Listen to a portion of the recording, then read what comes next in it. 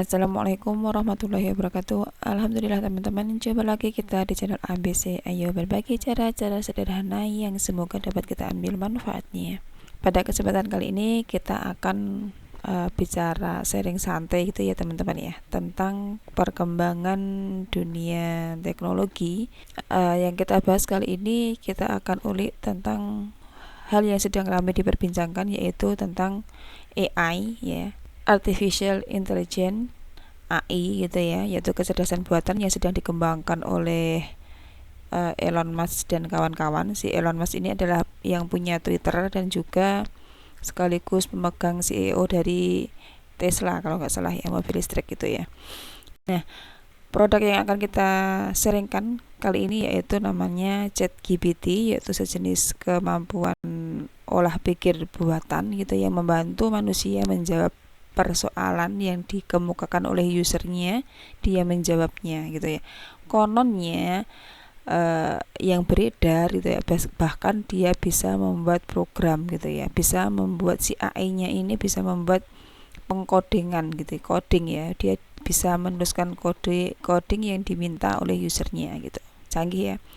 Oke, kita akan langsung masuk ke tempat situsnya. Kita coba nanti teman-teman bisa mempraktekannya juga ya, seberapa validkah, seberapa benarkah informasi itu gitu ya. Kita masuk ke ChatGPT-nya, teman-teman masuk ke Chrome seperti ini, seperti biasa. Boleh Mozilla tapi saya menggunakan Chrome. Ketikkan ChatGPT seperti ini, kemudian enter aja. Masuknya di AI ya teman-teman ya, perusahaannya namanya OpenAI karena dia memang mengembangkan tentang kecerdasan buatan. Bentar, kita cari situsnya, bukan yang ini ya, agak ke bawah, kita turunkan dulu agak ke bawah, kita cari yang situsnya OpenAI biar langsung mengarah ke itunya, mengarah ke ChatGPT-nya. Oh, saya salah kata kunci mungkin ya, harusnya saya ngetiknya OpenAI tapi ini nyari. Nah ini, nanti teman-teman bisa carikan aja OpenAI gitu ya, ini openai.com gitu. Kita masuk ya, kita klik di sini ChatGPT. Tampilan dari OpenAI ChatGPT-nya seperti ini tampilan awalnya. Ini saya belum login ya teman-teman ya, belum mendaftar, saya pakai email yang berbeda dengan yang saya pakai sebelumnya, sengaja ya. Kemudian untuk masuk mulainya kita masuk dari sini, tray ya, kita masuk di sini. Oke, tampilan berikutnya ini, dan karena belum punya akun, kita mendaftar terlebih dahulu. Kita klik daftar, sign up. Oke, biar mudah dan cepatnya saya mendaftar menggunakan akun Google saja. Oh ya, informasi teman-teman ini berhubung OpenAI ini ChatGPT-nya ini versinya baru trial, uji coba gitu ya. Jadi saran saya jangan teman-teman menggunakan akun Google utama, maksudnya akun Google yang teman-teman kaitkan dengan perbankan atau lain sebagainya yang urgent-urgent, jangan pakai ya. Amannya kita pakai akun ini, akun kedua kita saja, atau ya akun yang tidak urgent lah, seperti itu. Pilih akun Google, kita pilih akun Google kita.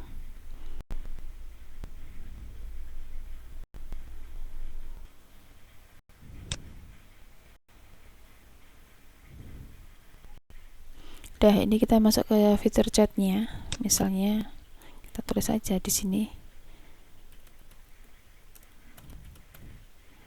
kemudian di enter, kirim.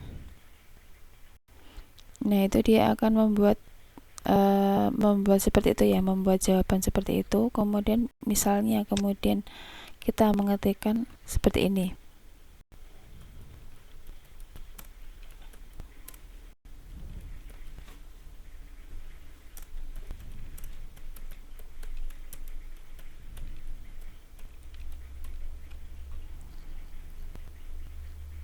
tolong carikan data nama Menteri Indonesia, kemudian saya kirim.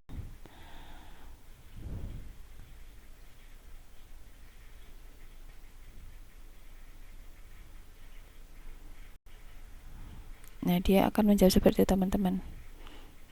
dia nulis sendiri, yaitu ya langsung tanpa menuju satu link tertentu. Jadi dia menuliskan seperti itu, seperti apa yang kita mau, terus dia akan menulis sampai habis. Agak lumayan panjang ini jawabannya. Pertanyaannya sederhana, cuman mencari nama-nama menteri di Indonesia. Nah, kemudian munculnya tapi banyak. Tapi nggak apa-apa ya, kita tunggu sampai dia selesai. Iya. Yeah. Tapi ini kapan ini Kementerian Indonesia Bersatu jilid 3 ya. Coba teman-teman cek ini benar tidak ya. Sepertinya benar. Sepertinya benar. Menteri Kelautan, ya sudah, yang baru sudah. Pekerjaan umum, iya yang baru ini masih, ya benar. Keren ya. Wah, kemudian di akhir pertanyaan kemudian dia katakan juga, apakah ada pertanyaan lain yang bisa saya bantu? Coba kita tes dengan Kementerian era Orba ya. Kita kirim. Terima kasih. Kalau Menteri era Presiden Soeharto Kabinet 3 siapa ya? Oh, kita tambahin dulu siapa saja. Kita kirim. Tahu nggak dia? Iya, ayo. Ini kalau saya ngetik juga nggak tahu ini. Tapi Muhammad Nuh benar, Menteri Pendidikannya benar. Pertanian, nggak tahu ini, ngeceknya mesti googling dulu ya. Soalnya sudah lama kan. Bahkan mungkin dari teman-teman yang melihat nggak tahu ini Kabinet 3 ini kapan, itu nggak tahu, barangkali belum lahir. Oke, 21. Nggak tahu ini benar apa tidaknya, silahkan teman-teman cek ya benar tidaknya. Kabinet 3 Soeharto, era Presiden Soeharto, 21 menteri. Berikutnya kita coba tanya, kita matematik ya kan, rumus keliling lingkaran. Yuk jawab. Nah tuh. Oke. Iya, dia ceritanya panjang ini. Saya tanya rumus keliling lingkaran, kemudian dia menjawab, rumus keliling lingkaran adalah 2 kali pi kali jari-jari lingkaran. Pi merupakan bilangan matematika yang merupakan rasio antara panjang lingkaran dengan diameter lingkarnya dan memiliki nilai aproksimasi 3,14. Jadi, jika Anda ingin menghitung keliling lingkaran, cukup kalikan 2 dengan 3,14, lalu kalikan dengan jari-jari lingkaran yang ingin Anda hitung kelilingnya. Wow, dia juga memberikan contoh teman-teman, sekaligus dia ada contohnya nih. Jika jari-jari lingkaran ada 5 cm, maka keliling lingkaran tersebut adalah 2 kali 3,14 kali 5 cm, sama dengan 31,4 cm.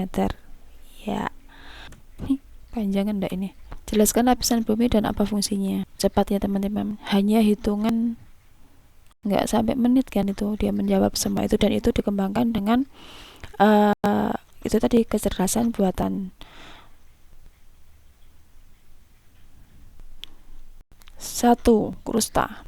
Lapisan terluar merupakan lapisan terluar bumi yang terdiri dari batuan beku atau keras. Krusta terbagi menjadi 2 bagian. Krusta bagian atas, ini saya skip dulu saja, sepertinya akan lama ini. Saya pause sebentar.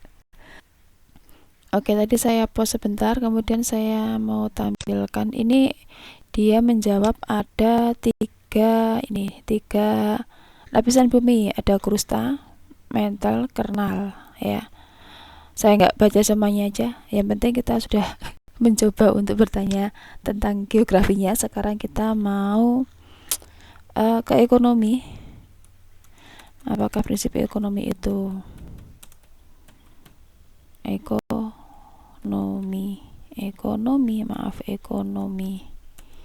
itu. Oke.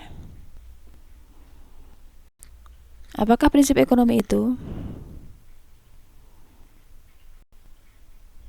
Oke, prinsip ekonomi maksudnya apa? Keterangannya sudah ada 4 poin. Kita lanjut ke pertanyaan berikutnya. Saya mau ke IPA. Oke, apakah fungsi kambium? Kambium adalah lapisan tipis yang terdapat di daun, batang, dan akar tumbuhan yang bertugas untuk menghasilkan sel-sel baru. Kambium terdiri dari 2 bagian, yaitu kambium aksiler dan kambium korteks. Kambium aksiler terdapat di bagian tengah batang tumbuhan dan bertugas untuk menghasilkan sel-sel yang akan menjadi batang dan daun. Kambium korteks terdapat di bagian luar, ya, menghasilkan sel-sel yang akan menjadi kulit dan batang. Wow, lengkap ya jawabannya ya ini. Jadi jawabannya itu tidak cuma pengertiannya, tapi sekaligus dengan fungsi-fungsinya dia sertakan sekaligus. Ya, oke, pas sudah saya masuk ke ini aja. Oke, IPA, ekonomi, matematika sudah. Kita mau tanya hal apa teman-teman? Kita tanya tentang tentang ini ya, tentang keagamaan. Coba, apakah AI ini bisa menjawab soal-soal keagamaan? Kita tes. Apakah agama Islam itu?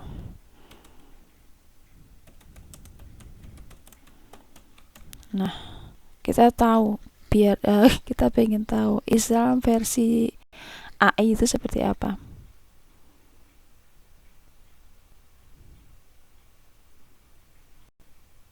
Islam adalah agama monoteistik yang dianut oleh sekitar 1,8 miliar orang di seluruh dunia. Islam mengajarkan bahwa tidak ada Tuhan selain Allah dan bahwa Nabi Muhammad adalah nabi terakhir yang diturunkan oleh Allah untuk menyampaikan pesan-pesan kepada umat manusia.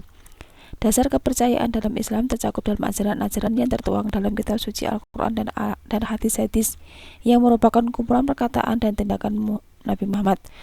Ajaran-ajaran tersebut mencakup prinsip monoteisme, tauhid, kepercayaan terhadap keberadaan dan kekuasaan Allah, dan kewajiban manusia untuk tunduk pada aturan-aturan yang ditetapkan oleh Allah. Islam juga menekankan pentingnya akhlak baik dan memberikan perhatian yang besar terhadap persaudaraan, keadilan, kesejahteraan sosial. Agama ini juga mengajarkan kewajiban manusia untuk beribadah kepada Allah dengan melakukan sholat, mengeluarkan zakat, berpuasa di bulan Ramadan, dan melakukan haji ke Makkah sekali dalam hidupnya. Kita tanya yang agak-agak yang semakin ini ya, semakin ke dalam. Coba ya, siapa riwayat hadis terbanyak? Hadis sahih. Siapakah periwayat hadis sahih terbanyak? Jawab. Imam Bukhari. Imam Bukhari adalah seorang ahli hadis yang dianggap sebagai periwayat hadis sahih terbanyak dalam sejarah Islam. Ia merupakan salah satu dari 4 imam ahli hadis yang paling terkemuka dalam tradisi Islam. Bersama dengan Imam Muslim, Imam Tirmidzi, dan Imam Nasai, Imam Bukhari, wow, biografi singkatnya dituliskan juga. Lahirnya di Bukhara, Uzbekistan pada tahun 810 Masehi dan meninggal pada tahun 870 Masehi. Selama hidupnya, ia mengumpulkan dan mencerat sekitar 3.000 hadis. Dan setelah penyaringan yang ketat, ia memilah hanya 7.275 hadis yang dinilai sahih dan dibukukan dalam kitab yang dikenal dengan nama Sahih Bukhari. Kitab ini dianggap sebagai salah satu sumber hadis yang paling terpercaya dalam Islam dan merupakan salah satu dari 2 kitab hadis yang diakui secara universal untuk seluruh kalangan umat Islam. Bagaimana teman-teman? AI ini bagaimana ini? Ini kan katanya AI ini kan kecerdasan yang multi gitu ya. Dia bisa menjawab berdasarkan sistem faktual yang terintegrasi atau terinput dengan sistemnya. Jadi saya ngetesnya tadi ada IPA, ada biologi, ada IPA-nya, ada geografi, ekonomi, matematika, kemudian agama.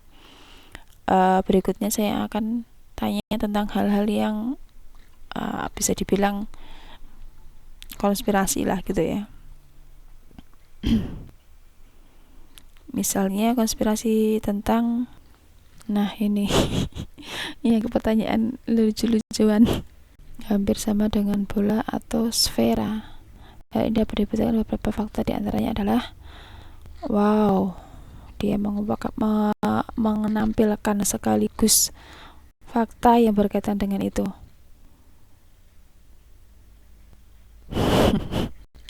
Saya kira dia akan menjawab sepatah 2 patah kata, ternyata panjang jawabannya. Bentar, saya pause dulu, biarkan dia mengetik dulu. Oke. Jadi kalau di sini bumi itu adalah bulat, kemudian diterangkan lagi di bawahnya secara umum teori bumi adalah datar telah ditolak oleh para ilmuwan dan merupakan teori yang tidak didukung oleh bukti-bukti ilmiah yang ada. Oke lah. Lanjut. Oke, ini pertanyaan santai. Oke, itu tentang pertanyaan itu jadi jawabannya. Oh ya, ini lucu sekali. Saya ulang. Tadi kan saya tanya komika yang paling terkenal, dijawabnya adalah yang masuk cuman Panji ya. Menurut saya sih ya itu subjektif mungkin ya. Itu benar juga subjektif. Kemudian saya ulang bertanya. Saya tadi kan di atas sudah tanya tentang komika, kemudian saya ulang lagi bertanya, siapa komika paling lucu? Dia menjawab, maaf saya tidak bisa memberikan penilaian tentang siapa komika yang paling lucu karena kelucuan adalah subjektif. Benar ini. Apa yang lucu bagi seorang mungkin tidak lucu bagi orang lain. Sebaiknya Anda menonton beberapa acara komedi atau mencari video komedi di internet untuk menemukan komika yang paling sesuai dengan selera Anda sendiri. Bagus. Ini rekomendasi film science fiction.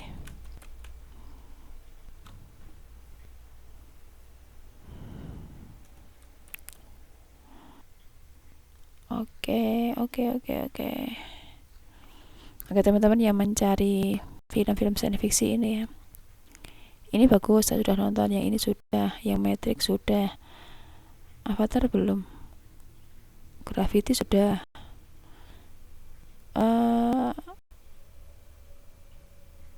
Ini dari 8, 9, 10 ini belum pernah lihat. Oke teman-teman, itu mencontohkan untuk chatnya ya, chat di Gpitnya seperti itu. Kita suruh buat dia satu hal, buatkan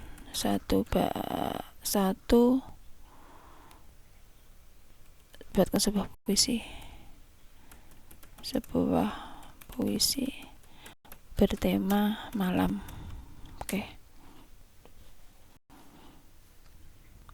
Malam, waktuku yang paling kusuka karena di malam hari aku merasa tenang. Semua kegiatanku sehari-hari berakhir dan aku bisa menikmati suasana yang hening.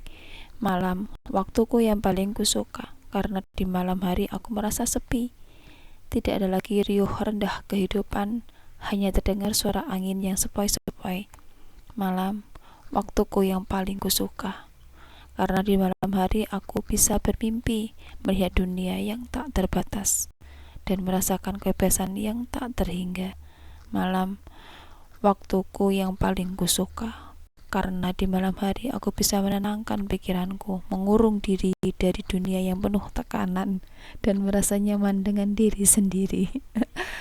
Jangan pernah merasa putus asa karena setiap kegagalan merupakan peluang untuk belajar dan menjadi lebih baik. Jadikan setiap kegagalan sebagai pendorong untuk terus berjuang dan mencapai kesuksesan. Ini katanya siapa? Itu pendapatnya siapa? Nggak dituliskan tuh ya.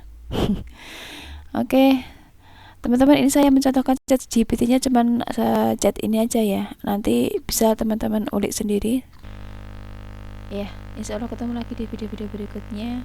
Semoga dapat menyajikan yang bermanfaat. Akhir kata, wassalamualaikum warahmatullahi wabarakatuh dan terima kasih.